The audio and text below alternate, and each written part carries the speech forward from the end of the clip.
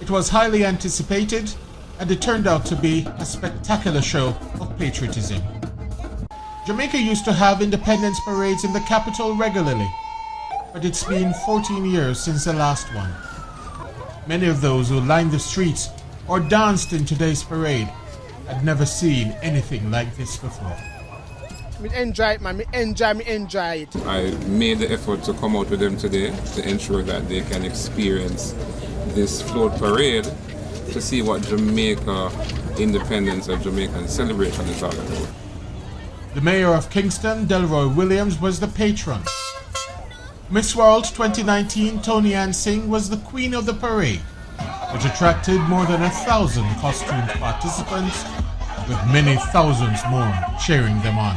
They were excited to see us. They loved us. The floats were as colorful as they were realistic, inspiring, and creative. Our people are so creative that we have done this in 6 weeks. It's just tremendous. The security and emergency services mounted an impressive display with an important message that stopped the crime and transformed Jamaica into paradise. I think we should have one every year. We should continue with having a float every year. It's great. It's okay. Nice. Walking. Feel good. It's a good look. It was a good look when the Prime Minister, Andrew Holness, and the leader of the opposition, Mark Golding, released doves and held hands in a moment of national unity.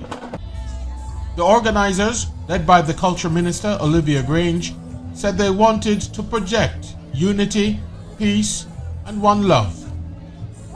They believe they've succeeded. Next comes the main event for this once-in-a-lifetime Diamond Jubilee, the Grand Gala in the National Stadium on August 6th. If today's parade is anything to go by, then we're in for a treat.